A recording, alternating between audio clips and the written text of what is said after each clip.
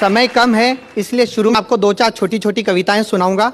पसंद आ गई तो ठीक, वरना 5-7 बड़ी बड़ी सुनाऊंगा। कुछ कटपीस देखिए जी कि एक आदमी ने लगातार 25 बार रक्तदान किया। हाँ। तो ब्लड बैंक वालों ने उसकी पत्नी का सम्मान किया, यह कहकर कि आपने नहीं पिया तभी तो हमने लिया। अब एक आदमी की लाख कोशिश के बावजूद शादी नहीं हुई। वो अपनी माँ के साथ मन्नत मांगने गया, वहां उसकी माँ खो गई। अच्छा। वो बोला, या खुदा तेरी खुदाई, अपनी तो मिली नहीं बापू की भी गवाही। एक शादीशुदा आदमी की गर्लफ्रेंड उसके घर आई। यह देखकर उसकी बीवी जोर से चिल्लाई, ये मैं नहीं सह सकती, एक ही म्यान में 2 तलवारें नहीं रह सकती। बिल्कुल अच्छा। नहीं रह सकती। पति ने प्यार से समझाया, पगली तलवार का जमाना गया, तू ही बता अब तलवारें दिखती है कहीं? ये रिवॉल्वर का जमाना है और एक रिवॉल्वर में 6 गोलियां रहती है कि नहीं? हमारे देश में बेरोजगारी की समस्या इतनी है कि एक 60 साल का आदमी कंपनी में जाकर कहता है नौकरी दो। मैनेजर बोला, लेकिन चाचा ये तो आपकी पेंशन की उम्र है। चाचा बोला, तो पेंशन दो। अब एक आदमी बैंक में गया अपना 10,000 का चेक लेकर।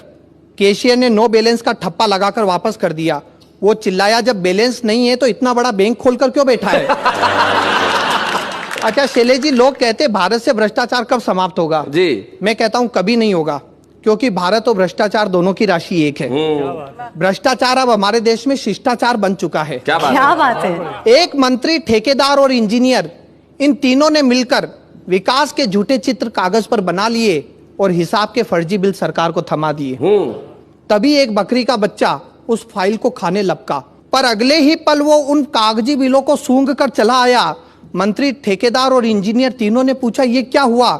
चपरासी हंसकर बोला, हुजूर जब आपके आंकड़े सरकार के गले नहीं उतर रहे हैं। क्या बात है गौरव, वाह वाह वाह वाह, बहुत अच्छे। सरकारी क्षेत्रों में व्याप्त भ्रष्टाचार पे 4 पंक्तियां है।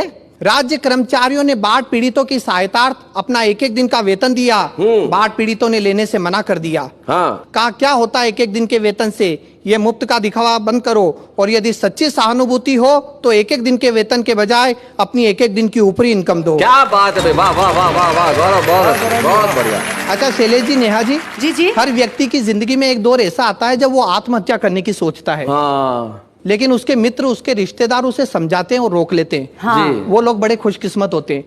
एक बार मेरी जिंदगी में भी एक ऐसा दौर आया, तब एक कविता बनी, झेलिए। स्वागत। कि अपनी जिंदगी से तंग आकर, नित नई परेशानियों से घबराकर एक बार मैंने आत्महत्या का निर्णय लिया।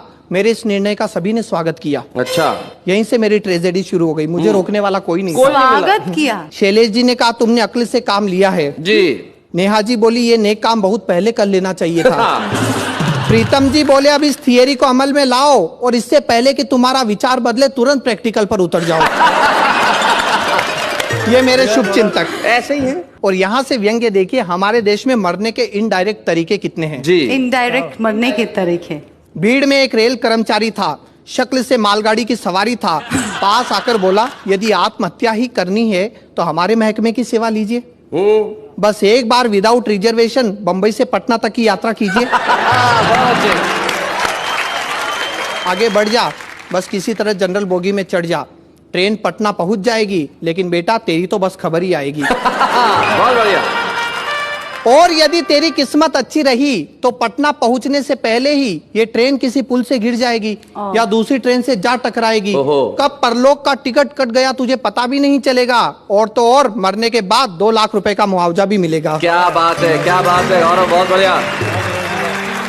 कि एक चुनाव हारा नेता दौड़कर आया, आकर चिल्लाया, सुना है आपका आत्महत्या का इरादा है, हम आपकी मदद करेंगे, ये हमारा वादा है। वाह।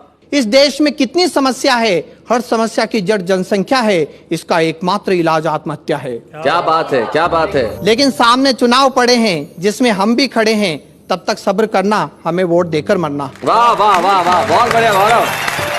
बस एक बार चुनाव आने दो, हमें मिनिस्टर बन जाने दो, सबकी तकलीफें दूर कर देंगे, एक एक को आत्महत्या के लिए मजबूर कर देंगे। वाह वाह वाह वाह वाह।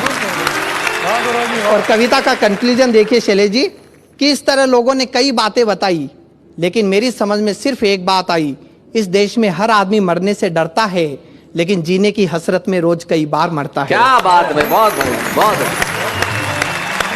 अधूरी उम्मीदों की व्यथा है, पूरा जीवन कस्तूरी मृग की कथा है, इसी मृग तृष्णा में जी रहे हैं, हम अपने ही आंसू पी रहे हैं। वाह वाह वाह, बहुत बहुत